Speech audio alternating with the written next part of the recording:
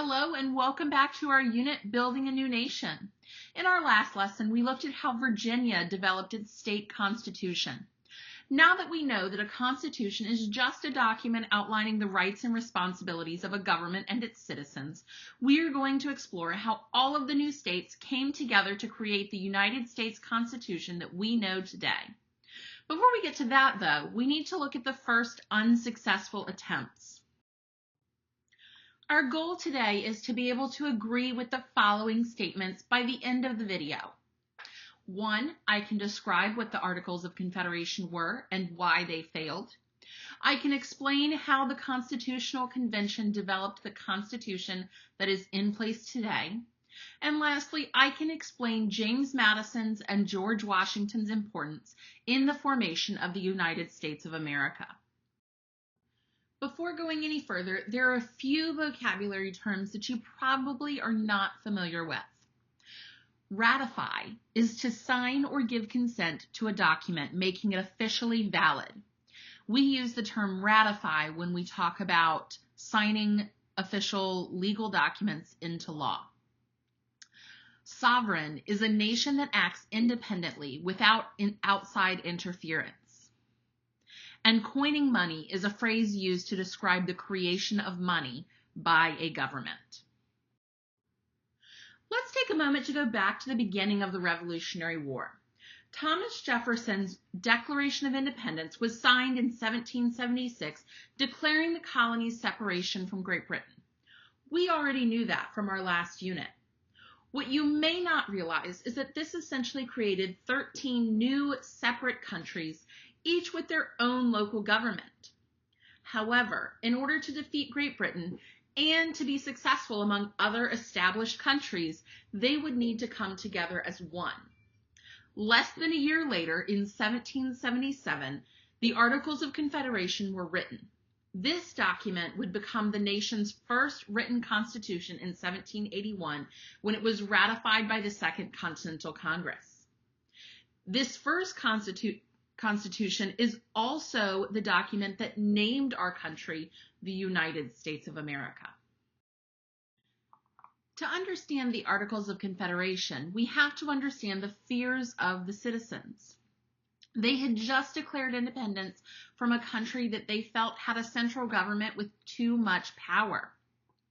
In order to avoid this problem, the Articles of Confederation gave the individual states the most power and the central government almost none.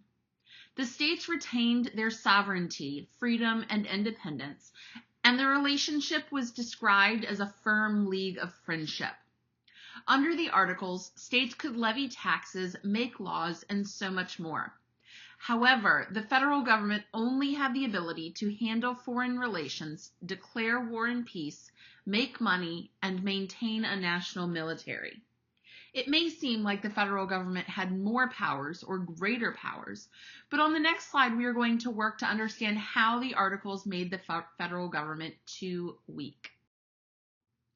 So we know, based on previous lessons, that governments get money to pay for things they need by levying taxes. This was a major issue for colonists leading up to the Revolution because Great Britain had to pay off its debt from the French and Indian War, but the Americans only wanted to pay taxes passed by their local governments. In the Articles of Confederation, only state governments could levy taxes. This was exactly what the Americans wanted. However, because the federal government relied on money they received from each state, and they couldn't enforce the collection of those taxes, they didn't have enough money to repay the national debt from the Revolutionary War. Finally, to make any amendments to the Articles of Confederation, all 13 states would have to be in agreement. Think about that. If all 50 states had to agree on the president today, do you think it would pass? Obviously, since this isn't our current Constitution, we know that the Articles of Confederation ultimately failed.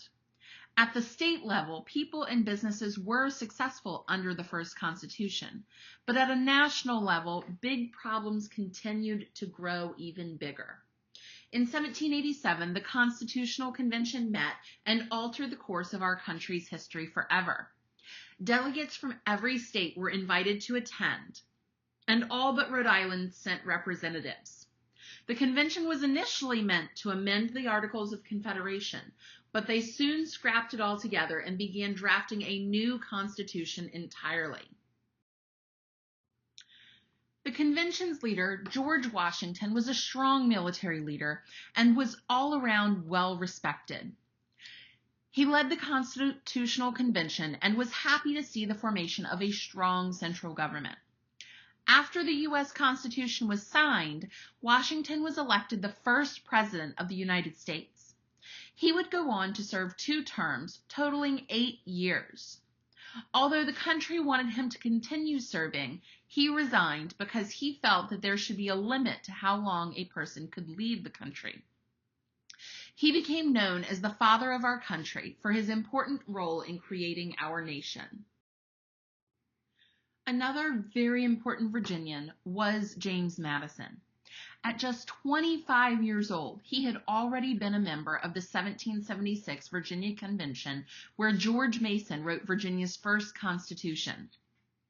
He also served in the Continental Congress and the Virginia Assembly. In those roles, he learned a skill that would serve him well during the summer of the Constitutional Convention: negotiation. The biggest problem representatives faced in developing a new constitution was their lack of agreement on how much power the federal government should have. Even though the Articles were a failure, many still didn't want a strong central government. Madison was able to get people to come together and make compromises. If it weren't for his negotiation skills, the Constitution may not have been written and signed at all. For those reasons, Madison became known as the father of the Constitution. Now that we have looked at how the current Constitution came into being, let's talk about what was put into the document. First, as I stated before, under the Articles, each state had just 1 vote, which was equal. However, some states had lots of people, while others had very few. Virginia and Massachusetts, who both had very large populations, advocated for the Virginia Plan, which created 3 branches of government: the executive branch, which is headed by the president, the legislative branch, which is our lawmaking body, and the judicial branch, which is our court system. The legislative or lawmaking branch would be broken into 2 houses, and the number of representatives for each state would be determined by population. The next question that arose was whether or not to count slaves when determining the population of a state. Northern states obviously said no because they didn't really have slaves, while southern states said yes. They compromised by agreeing to count slaves as 3/5 of a person. Lastly, the most important part of the Constitution in many people's minds is the Bill of Rights. This was inspired by the Virginia Declaration of Rights by George Mason, and it explicitly states the rights that U.S. citizens have that cannot be taken away. The addition of the Bill of Rights was what pushed it over and allowed it to be ratified.